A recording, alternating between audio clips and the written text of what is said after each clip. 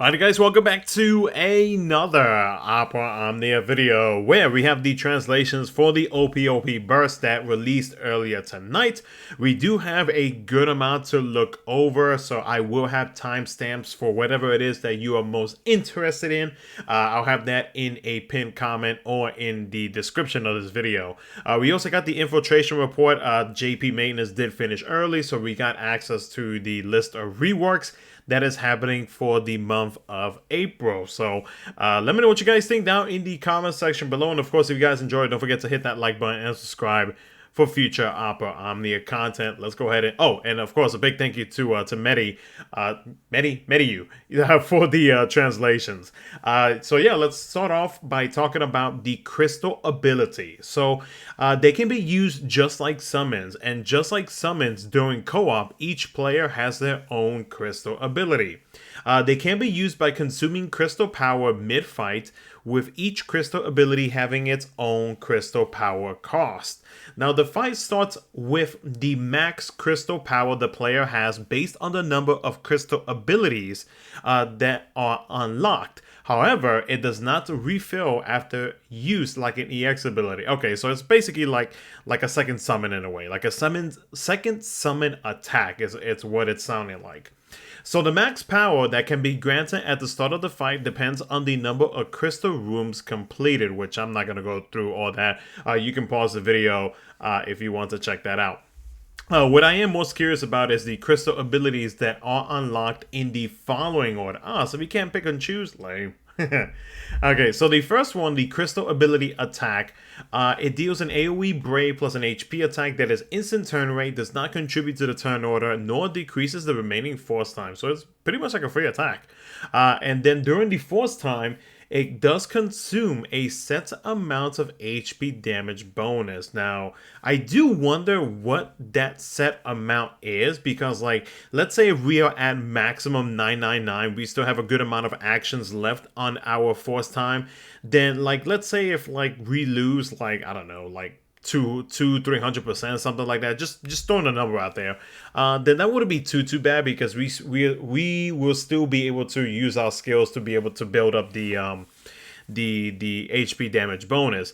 The other thing would be like, how much of that damage is it gonna be? Like, is it gonna be like a big amount of damage that it is actually worth using during the force time, or if it's going to be something that it's really unnecessary, that maybe we could consider using it like at the beginning or something like that, or just whatever it is that we could probably do with it. So yeah, I mean, pros and cons really is what I'm saying here.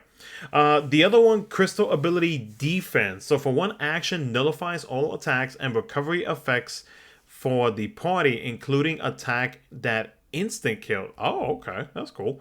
And then for one action, party members cannot... Oh, okay. So you take a hit, but you basically get paralyzed for one turn. Okay. I mean, that can be convenient. I mean, yeah, it's that one right there sounds more of like a convenience to me. The other one, crystal ability speed. So for a set number of actions, replace selected characters' turns with the current character. Oh, okay. And then for a set number of actions, own turn becomes instant turn rate and temporarily empowers character by a large by a large amount. Huh. That one sounds interesting. Huh. Alright. Next one is the crystal ability cure. Revives all party and recovers their Brave and HP to max amount and temporarily empowers character by a large amount. Okay. Okay. Alright. The other one, crystal ability mirror. For a set period, nullifies Brave attacks and HP damage targeting self, and deals the Brave and HP damage that was nullified to the enemy instead, but during own turns, own HP damage dealt down. Oh, I wonder how. Well, since it's basically like a summon, like attacking.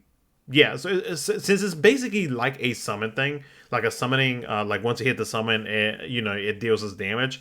I'm guessing that's gonna be for like a one turn thing, but it also says for a set period, so it's probably going to be for a number of turns.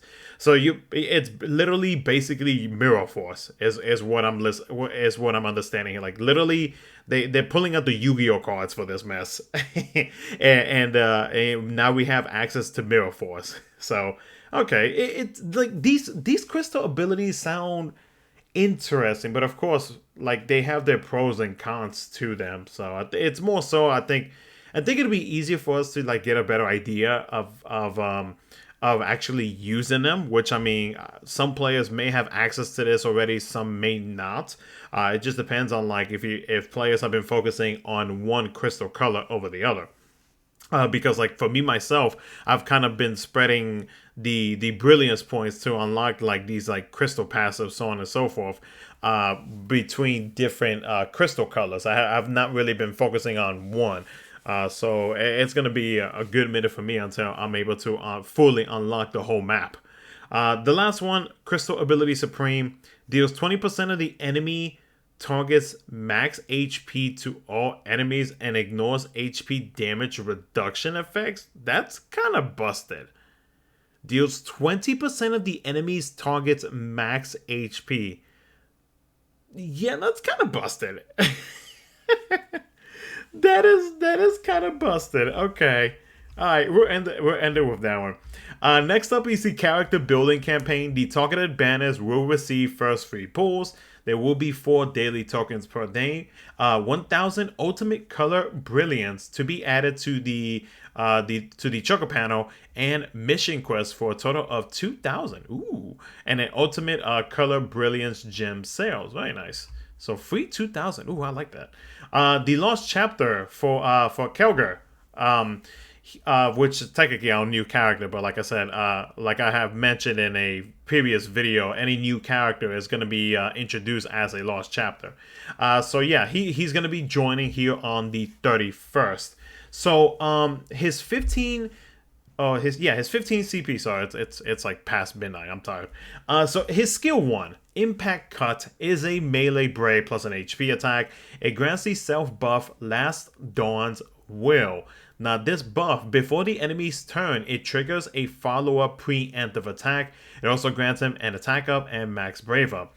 The preemptive attack reduces the target's brave based on own attack. Oh, I like that. Oh, that can actually come in handy. So a gravity effect, kind of. Well, I mean, yeah, it is like a gravity effect, but it's based on his attack stat. Recovers brave based on that attack and deals a single target HP attack. I like that. That's a good preemptive attack right there. And it does not consume own brave and cannot break the enemy. Yeah, no, I like that. That's a really good preemptive attack. His skill 2, Tri Elements. It's a melee AoE brave plus an HP attack. It grants the self buff Last Dawn's Will. Okay, cool. So you can use either skill 1 or skill 2 to get that preemptive. His EX ability, Wolf's Gale. It's a melee AoE brave plus an HP attack, and it grants self buff Godspeed Wolf. The buff locks all enemies to self, evasion rate up, attack up, max brave up, and stolen slash obtained brave overflow up. His LD ability, Requiem. Requiem slash. I'm sorry, it's late. It's a melee AoE brave plus an HP attack, and it grants itself overhead werewolf pride. Nice. So he gets an overhead. Whenever he evades an enemy attack, it triggers a counter attack Shadow Wolf. It also grants him brave damage up, HP damage up, brave gains up, and stolen brave up. Okay, cool. And his overhead is recovers brave to self based on attack. It's a melee brave plus an HP attack. This whole like based on all attack just makes me want to give him attack up spells. Splash damage and recovers brave to self based on the total HP damage dealt. His FR with Jekt as his partner is a melee AoE brave plus an HP attack. Oh boy. His FR time. So while his FR is active to himself, whenever he is evading an enemy attack, it increases the HP damage bonus. And it also... Oh, okay. And it also has turn rate down. Oh. Oh, okay. So he has a bit of a Ruby Conte FR effect. Nice. The party. Whenever a turn passes with a character selecting a melee attack command, or if a melee attack is triggered outside of our own turn, increases the HP damage bonus, and they also receive HP damage up and HP damage cap. This is a very super duper simple um FR. What's interesting though is that this is actually, and correct me if I'm wrong, but this is actually the first FR where, when it comes to both conditions, actually no.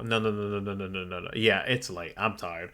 No. I was going to say that this is the first time that we actually see a an FR with one condition focusing on the FR user, and then the other one is just for the party itself. So, but no, technically we do have it. They just don't really like specify it, kind of like the way that they did here. So, bear with me. Like I said, it's late. I'm tired.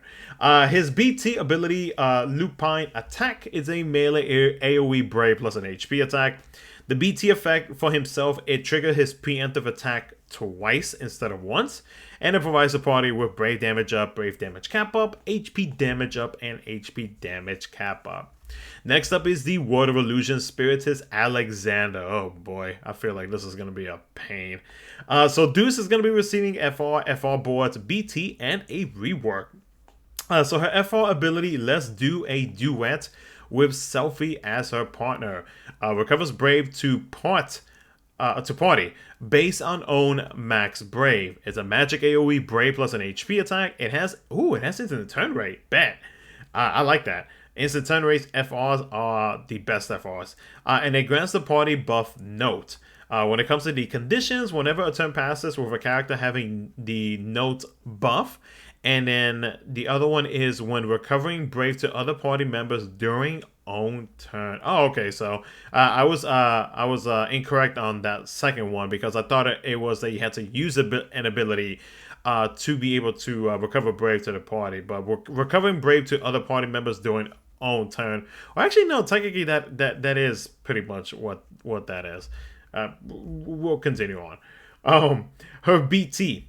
Finale of Wonder is a magic AoE Brave plus an HP attack. The BT effect to herself, after own turn, it triggers the follow-up attacker. The party will receive brave damage up, brave damage cap up, HP. Yeah, the normal stuff. Attacker is a magic AoE Brave plus an HP attack. It recovers Brave to the party based on the total HP damage. Oh, total HP damage. Oh, that's good. And it grants the party buff. I do not know how to say that. So. Selfozando, I believe is how you say it.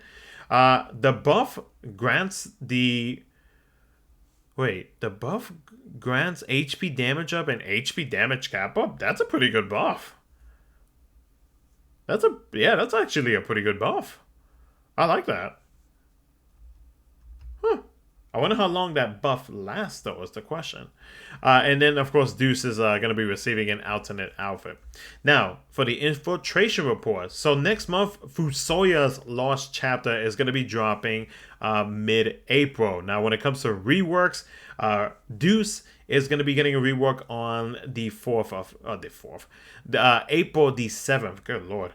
Fusoya and Kyrian are going to be receiving a rework on the 14th. Locke and Strago is going to be receiving a rework on the 21st. And then afterwards, I'm assuming that's probably when we're going to see the newest character for April. Strago, Locke, Kyrian, Fusoya. These are characters that I've actually, like, for me, myself personally, have been wanting to see them get reworked for a good while now. And especially Strago is one character that I'm really interested in. Just because, like his skill 1 and skill 2, like, that they only deal 2 HP attacks unless you have his his Soul of Tamasa buff active, then it'll trigger twice. But I'm curious to see if they would actually increase the amount of HP attacks on that, which I feel like they probably will. Locke, on the other hand, now that he has instant turn rate, whenever you use his change HP command. Well, is it that? Yeah, I think it's that. I wonder if they're gonna mess with that at all, or maybe they're gonna grant additional uses to that ability. That would be nice as well. Kyrian, the freaking Orabot, man, which is like almost like the complete opposite of Ramza. So I want to see what they're gonna do with him. I'm also curious about his FR, and then Fusoya, man. Fusoya, I feel, oh man, I feel like Fusoya is about to be nasty. I don't know why, but we'll see on that. The next thing, which is actually something very interesting, that's gonna be happening in JP. The force level capped unlocked. So in late April update, the force level cap is going to be increased to 50. So right now we are currently at 30. So to see that jump up to 50 is going to be interesting per se, because I do wonder like what kind of like passives they are going to give us. Now characters will receive the new cap whenever they get featured in the, oh okay, nice, in events. Enhancement points campaign is set to start along with, oh, okay, nice, that's good for free to play players. And then more details on the force level 50 will be released on the late April OPOP. And then for JP players, we're going to be getting 5,000 gems, 20 tickets, 20 PP stones, and 5 armor tokens. Yes, I call my power stones PP stones. Fight me. Um, and then the version update that we just got adjusted the battle UI to include that crystal ability. Which, if you missed the short gameplay that they uploaded for that, make sure to check out my reaction video. I have it timestamped so you can look at that as well. And then they also adjusted some parts of the crystal room menu. So, but yeah, guys, let me know what you guys think down in the comments section below. I mean, I really don't have too much to say other than, yeah, JP content needs to drop so I can play JP. So, anyways, thank you so much for watching. I'll catch you guys in the next one.